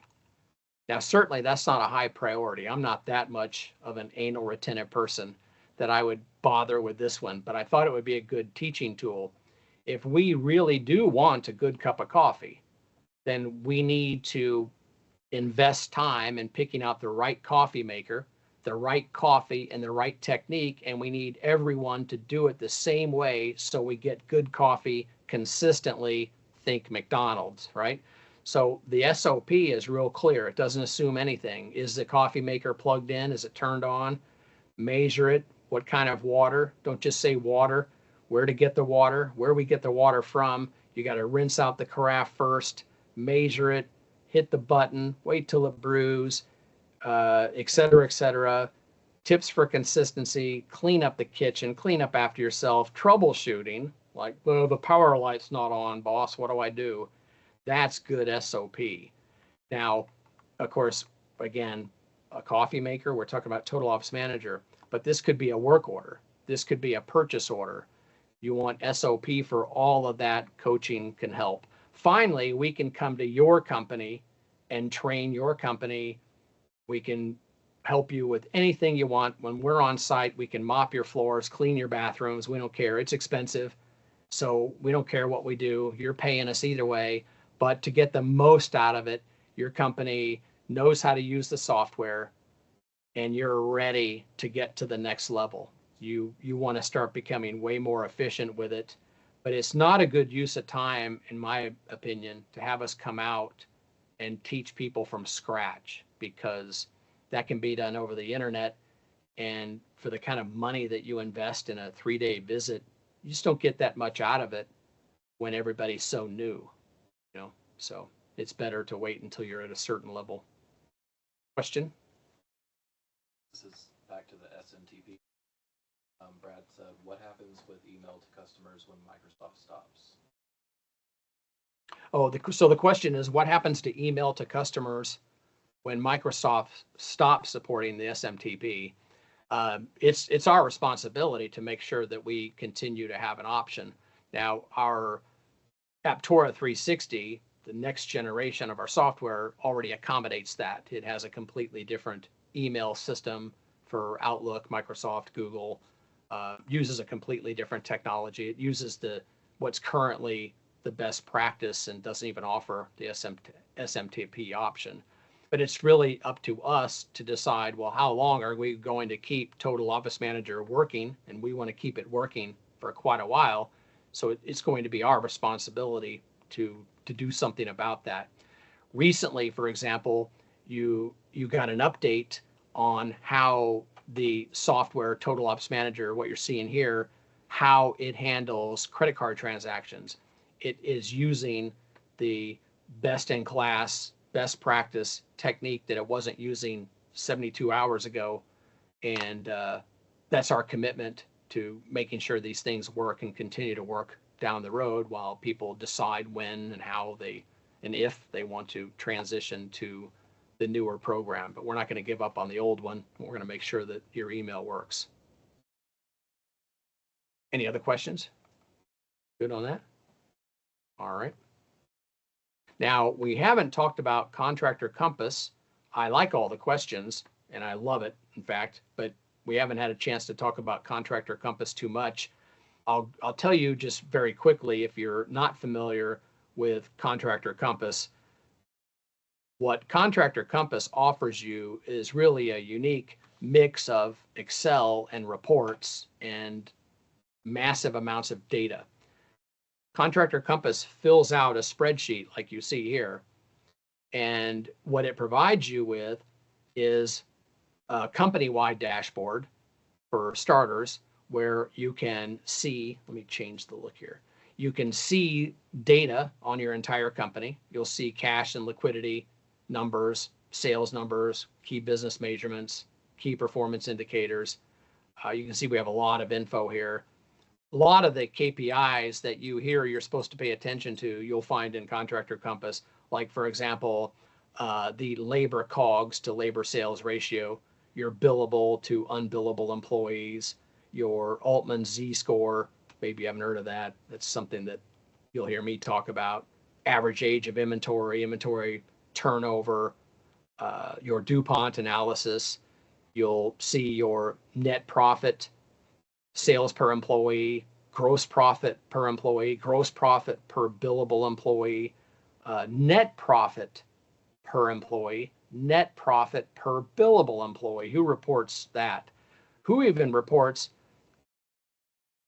EBITDA? You don't even see that in most accounting programs. They'll tell you what your net profit is, but they won't tell you what your EBITDA is. And what is your EBITDA? And the nice thing about this is it's very well documented. You just hover over any of these little red corners and you get a complete explanation of where that information comes from.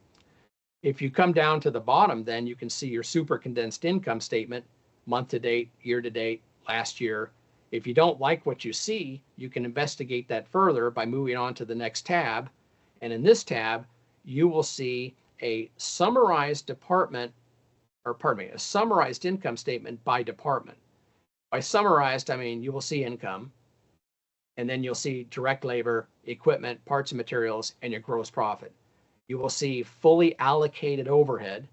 So the software allocates that overhead automatically and properly, and the net profit by department. And we can see there's a lot of red ink in the demand service department. So let me make this a little bigger. You see demand service. If you jog over demand service, losing $459,596. And you're thinking to yourself, are you serious? That's where the big losses are, and you want to know more? Well, then you can look at a month view. But probably what you want to do is you want to get into the residential division analysis. Here you come in and you analyze that residential division. You look at your demand service department and you see what's going on exactly with it. And this will tell you exactly what's wrong with that department.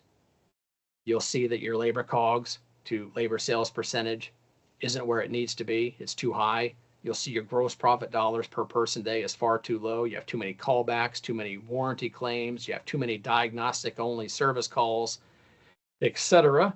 Well, you can analyze it further. There's other tabs giving you a ton of info, but most people I work with at this point just have one question. After staring at a big loss and finding out what division it is, in this case it's demand service, they have one question. What's your question? What would you be thinking? I'm gonna wait here all day. No, you would think who? What do you mean who? Who? I mean, I know it's demand service.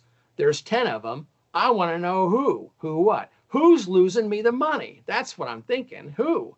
Well, if it were football, we'd know who dropped the ball, wouldn't we? It's clear. In football, you know the guy that threw it too far. They have his number on the front, on the back, and on his helmet, just so we're all clear. They've got, millions of dollars in cameras from every angle, so we know exactly who stepped out of bounds. Wouldn't you like to have that same transparency in your business? Well, this gives it to you. So who? I want to know who. Who overthrew the ball? Who stepped out of bounds? Well, that's the technician scoreboard. So the company dashboard tells you all about the company and all about the company by department. Now that you know the department, if you want to know the who in that department, then you go to the technician scoreboard and launch it, and it looks like that. Oh, wrong screen. Move it over to the other one.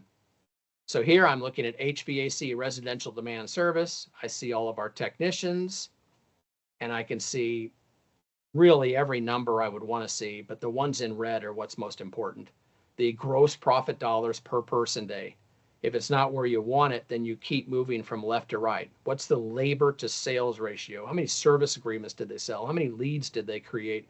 How many invoices, gross sales, service agreement discounts? They gave that many, etc. How many callbacks? How many diagnostic only calls did they run? How many leads did they generate for us? At least tell me they generated leads. How many hours did they bill? How many hours did I pay them? And how many hours did they bill out to somebody? What's that ratio? Well, those things are important if they're not meeting their gross profit dollars per person day. If that number looks good, and it needs to be $700 per person day, if they're getting 700, you really don't have to read on unless you have that kind of spare time. Now you can filter by different departments, date ranges, and you can also decide how to rank people because people disagree on the ranking criteria. So you can decide on that. It's important to know though that you are not entering any of this information directly into Excel with your hands. You're not doing that. We're using Excel so that you can change it, create new sheets, etc. All the data that you need is in another worksheet. So if you come over here to department info, you're seeing all the raw data on everybody. There's all the raw data on everyone. And you can build your own. And with a click of a button, it updates. So it'll refresh itself automatically. It just did. It'll refresh itself automatically as the day goes on, and you can hit the refresh button, but you can build your own dashboards or modify these. Just make a copy of it. Work on a copy all the time. That's where you can see who's doing what, or more importantly, who's not doing what. Now, what's the catch? How do you get the most out of Contractor Compass? Well, really, there is no catch.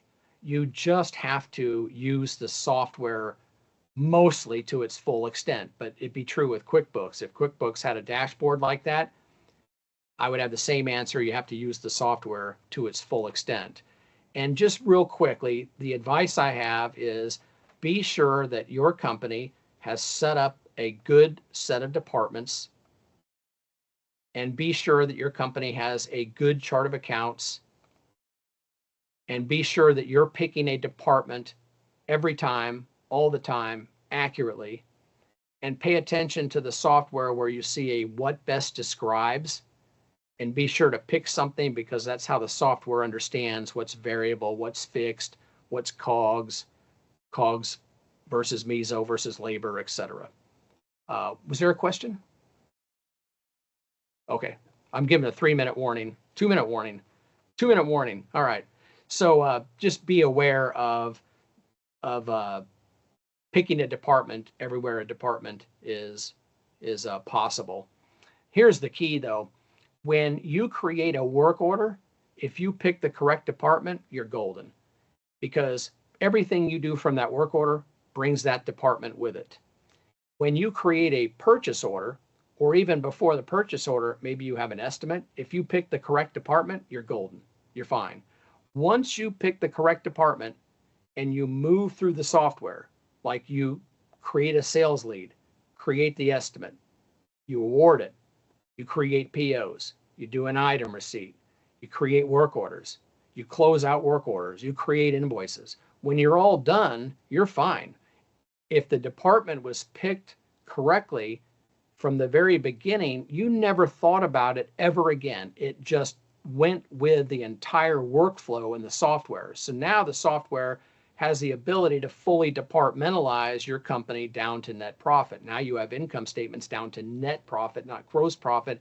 You're able to identify which of your departments, or profit centers, as they're often called, which ones have what net profit. Once you know that, you can also find out who generated what profit by name, just like in the NFL. Number 42, you are out of bounds. And we have $1 billion worth of cameras that can prove the refs were right or wrong. That's what Contractor Compass brings to you. So I think that pretty well wraps it up. I want to give you a reminder of Contractor University. That is our intensive workshop here in the Kansas City area. The next one is on March 17th, 18th, and 19th. That's going to be here before you know it. So it's not too early right now to save your seats. We only sell a certain number of tickets because We want to give everybody a lot of attention. We don't want a giant, crowd and nobody can ask questions. We want people to be able to get personal attention. So tickets are limited. Get signed up early, and we'll look forward to seeing you there. If you do have any interest in the coaching on site, any of that, talk to your account manager and they'll have all the details. And for any of you that had a question about something that didn't work right and it seems like it still doesn't work right, please contact our tech support department. I want to make sure those things get fixed.